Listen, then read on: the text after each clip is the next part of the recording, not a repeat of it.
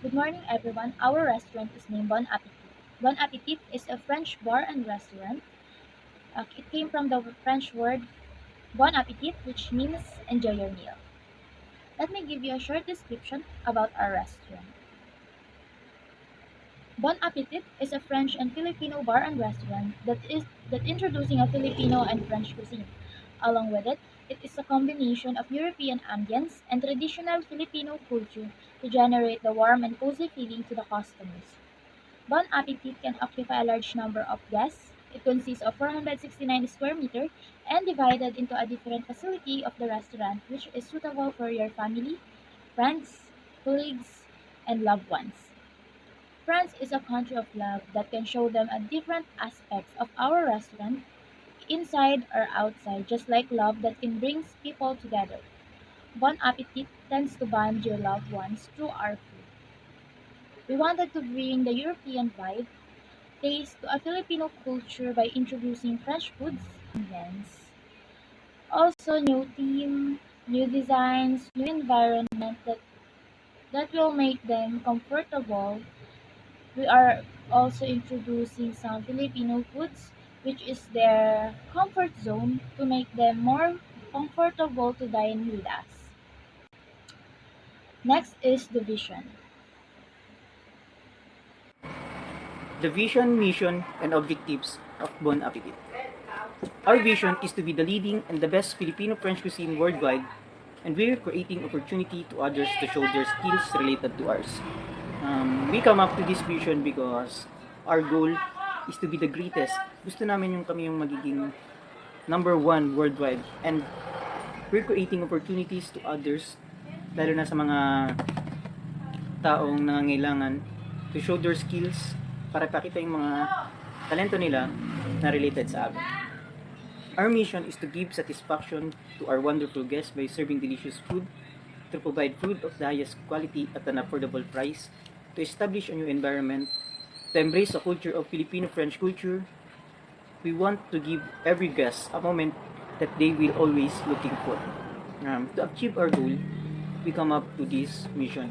First, our mission is to satisfy every guest na pumupunta sa amin by serving delicious food to them. Highest standard quality food at an affordable price. Yung kayang-kaya nilang bilhin. To establish a new environment para maranasan nila yung mga ibang kultura katulad ng French culture. And we want to give them a moment that they will always looking for. Yung hindi nila malilimutan. Kumbaga magiging memorable para sa kanila yan. Our objective is to provide French and Pinoy dish in affordable price. To introduce a French dish and new variety of food choices to a society, satisfy the customers' cravings and curiosity, and help them embrace a new food culture in their society. That's our objectives.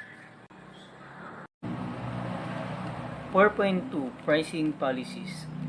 Business owner must always start at making pricing strategy in order to avoid conflict, especially when it is a large business. The owner comes up with this pricing strategy in order to be successful. Number 1 is demand-based pricing. The business choose demand-based pricing to figure out what is the highest or lowest demand product to set and adjust to its appropriate price based on what is in demand. We come up to this pricing strategy. Nakadepende yung price namin kung ano yung in demand or not. Kung in demand siya, i-adjust namin siya pataas. Pero kung hindi naman siya in demand, bababa namin ang price. And nakadepende pa rin pala to sa supplies. Next is cost-based pricing. Our menu price is based on the overall cost of the product and adding a percentage or markup to the cost of the certain product. Cost-based pricing is yung overall cost namin sa isang food. For example, inabot ang isang food ng 100 pesos. Then mag-add kami ng percentage like 15%, then yun yung magiging price namin. Nag-add kami ng markup. Next is competition pricing. The business chooses competition-based pricing by setting the prices in the relation to the prices of the competitors.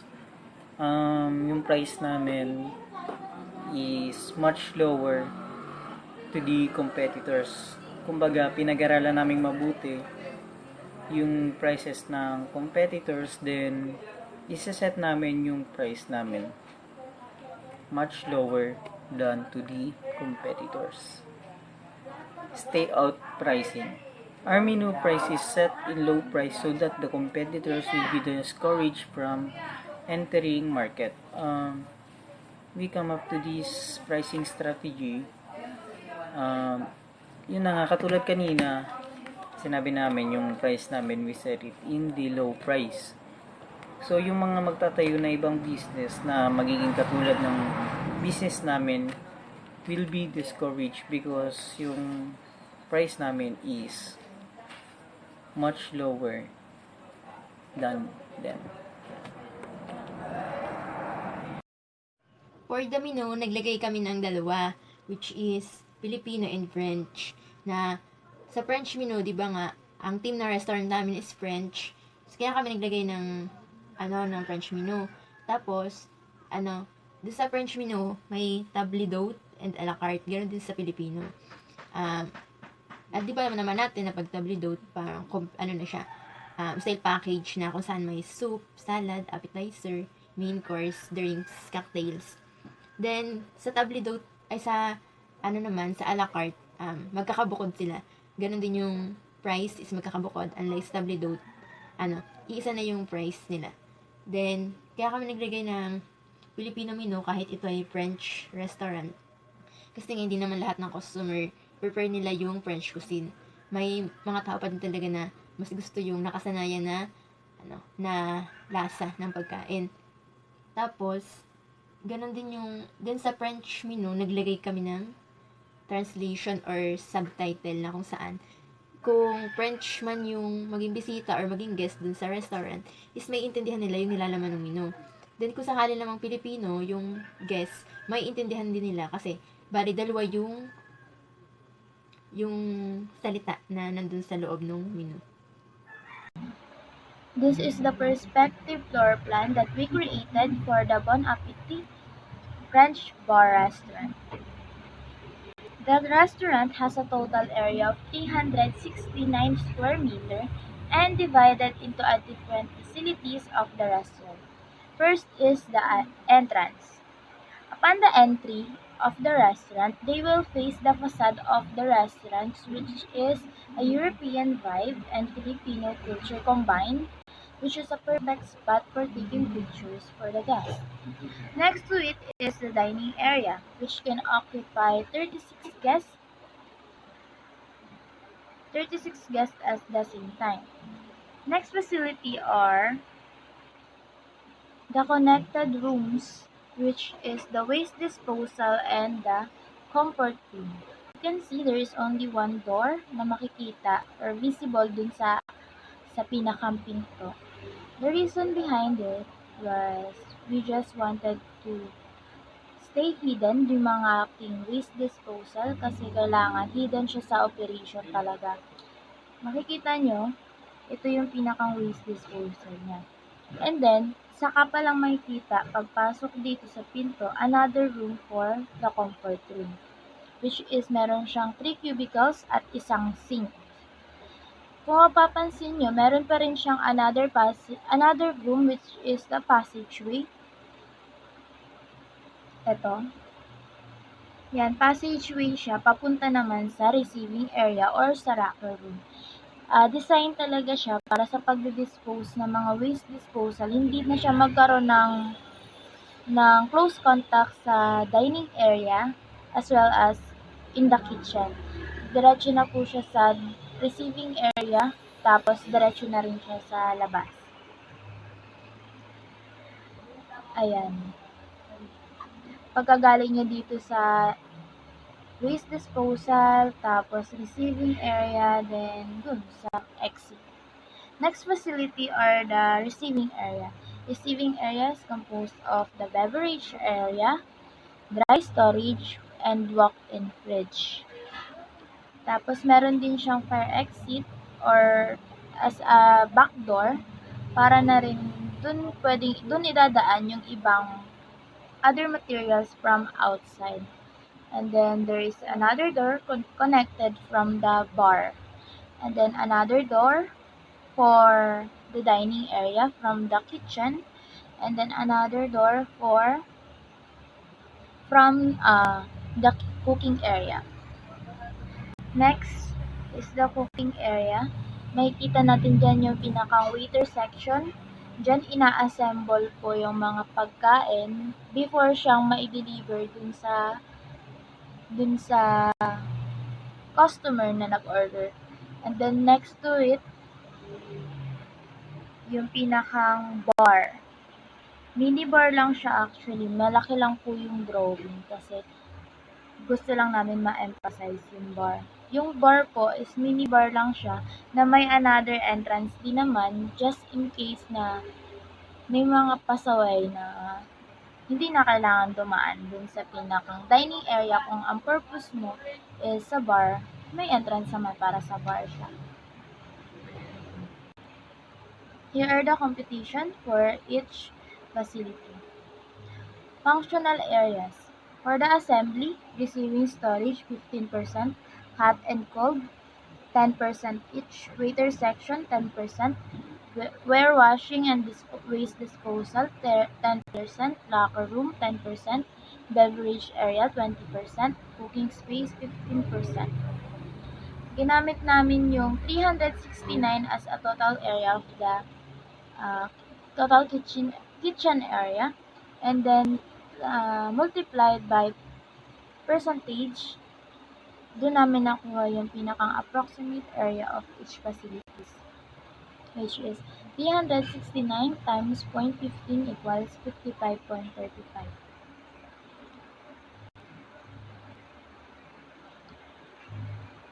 Para naman po nakuha namin yung bawat area ng bawat big facility, itinimes namin yung 369 square meter by 50%. 50% po kasi ng restaurant is dining area. So, may total siya na 184.5 square meter. Then, 369 square meter times 10%, yung pinakang bar area niya is 10% in total. So, 36.9 square meter yung pinakang total area niya. And then, 369 square meter times 40%, 40% yung pinakang kitchen area. And then, equals to 147.6 square meter. Employee or guest requirements. First is the entrance or entry areas. The entrance of restaurants casts the first impression, so it should be provide ample space that is welcoming and should evoke curiosity in the guests to come in and dine in. It should also be able to make guests feel comfortable. Seating area. Between every dining table, there should be a 3 to 4 feet space to avoid chaos and disturbance. There should be ample space that allow for the free movement of the service. Next is the waiting area. It should have enough space for guests where they could wait for dining. Restrooms. The toilets should ideally divided into female and male sections. It also has wheelchair access for the specific needs of physical challenge guests. Ramp and railings. It is to help a person in wheelchair to obtain access in the restaurant. Parking area. It should provide space that can accommodate the guest vehicle. For employee requirements, there should be staff personal area, a small area where staff can change their uniforms and keep their personal belongings. Next is employee restrooms. It should be separated from guest restroom, of course. Another is proper ventilation. It is necessary for the health of the staff, especially in the kitchen. Another is clear pathways. It should be built to avoid employees and guest tripping and hurting themselves.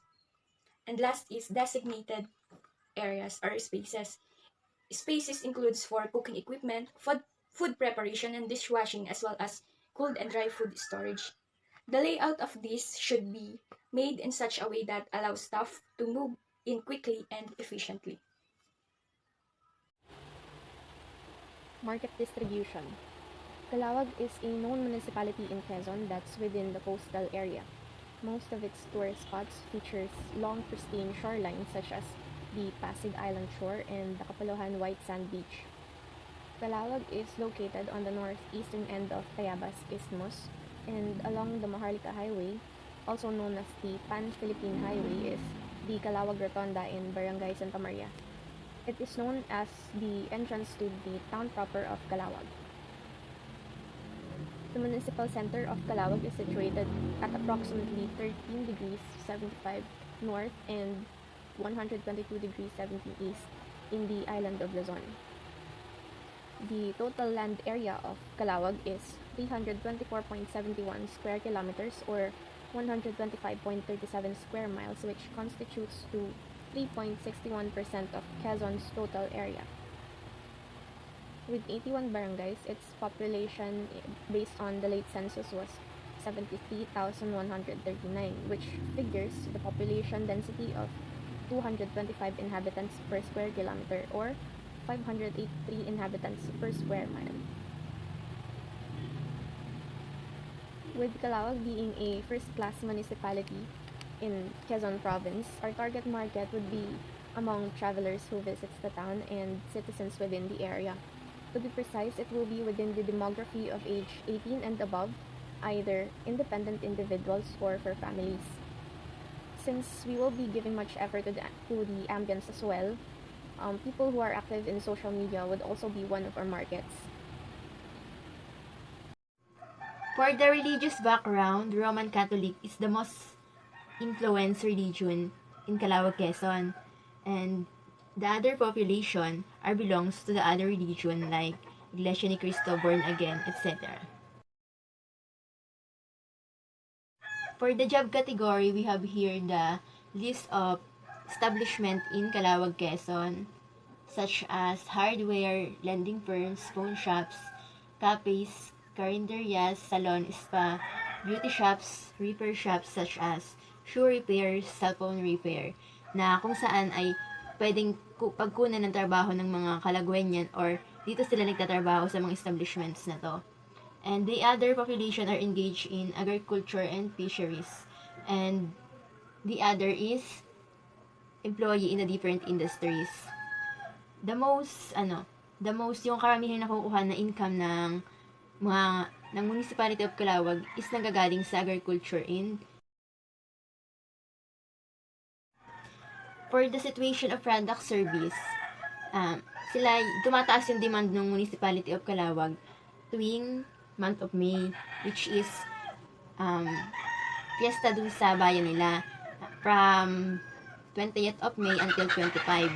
Minsan inaabot ng hanggang 30, depende sa dami ng guests na dumadating pa. Tapos dun sa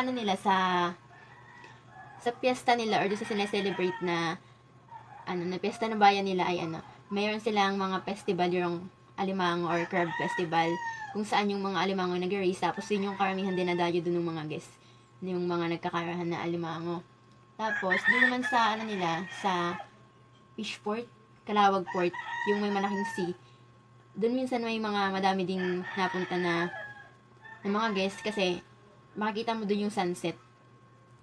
Tapos pag pag piyesta din sa kanila, dun din yung syempre nga madaming guests, so yung mga restaurant parang sila, dun napasok ang strategy nila na tapos yung nasa mindset ng mga restaurant owner is, di ba nga, piyesta, so pwedeng magutom yung mga tao or yung mga guests na bisita, basta yung mga guests. Tapos syempre laging hanap niyan pagkain, lalo pag tanghali or gabi, so sila na most of their dishes pag piyesta is mga seafoods like crabs, mga clams, different variety of fish. Tapos mga minsan sila ng discount or mga package na kung saan pag yung isang package is may mga kompleto na may drinks, may foods, or pang family, pang barkada, na kung saan may inganyo yung mga guests or customers na bumili dun sa restaurants nila.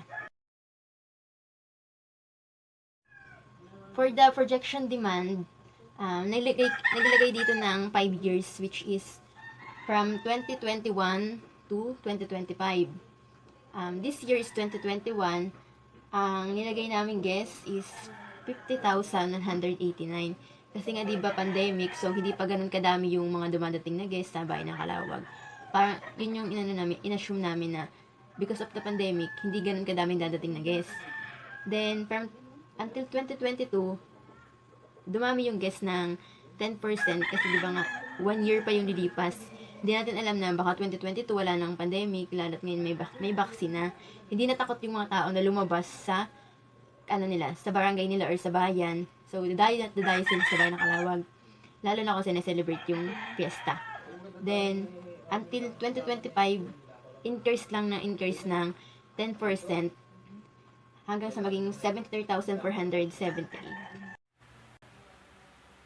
Channel distribution simply means the flow of goods, and it all depends on the management on how they can procure good quality supplies. Since our establishment is a restaurant, ingredients from different suppliers should be inspected thoroughly. Then after that comes the promotion of products and selling them to customers. These days, one of the best way to promote your product is the social media. Aside from that, there's the physical promotion such as flyers, word of mouth, the place where the restaurant is at, and the establishment in itself. In figure 2, we have the flow of the distribution channel from the suppliers to Bon Appetit Bar and Restaurant to Kalawag bus passengers or travelers, to our social media marketing, to Lopez, Ginyangan, and for the tourists.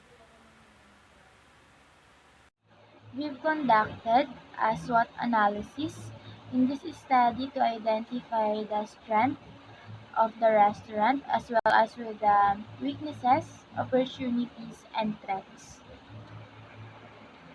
First is the strengths, providing a unique dish touched with the French cuisine and Filipino dishes. We have the ambience of the European vibe, hard to copy of any other possible competitors because cooking French dish and other Filipino cuisine and our signature dishes must be hard to copy. First French restaurant to introduce in the location. Opportunity expand the business for more franchise in other locations. Introduce new culture in the French cuisine without going anywhere. Opportunity to satisfy curiosity of the society to try new dish. Having a curiosity, yun po yung bumubuhay sa mga taong gusto ko sumubok ng mga bagong pagkain. Lalo na sa mga social media, yan po yung number one na nakakapagpa-curious sa kanila. Weaknesses, people are afraid to try new foods due to the unfamiliar culture of French. Lalo na yung mga takot lumabas ng mga comfort zone kasi isip nila baka mamaya hindi masarap, sayang lang yung pera. Those are the weaknesses that we are trying to face. Well, they are afraid to go out in their comfort zone. Yes. Threats: new competition, economic price increase, and demand on the ingredients. That's all.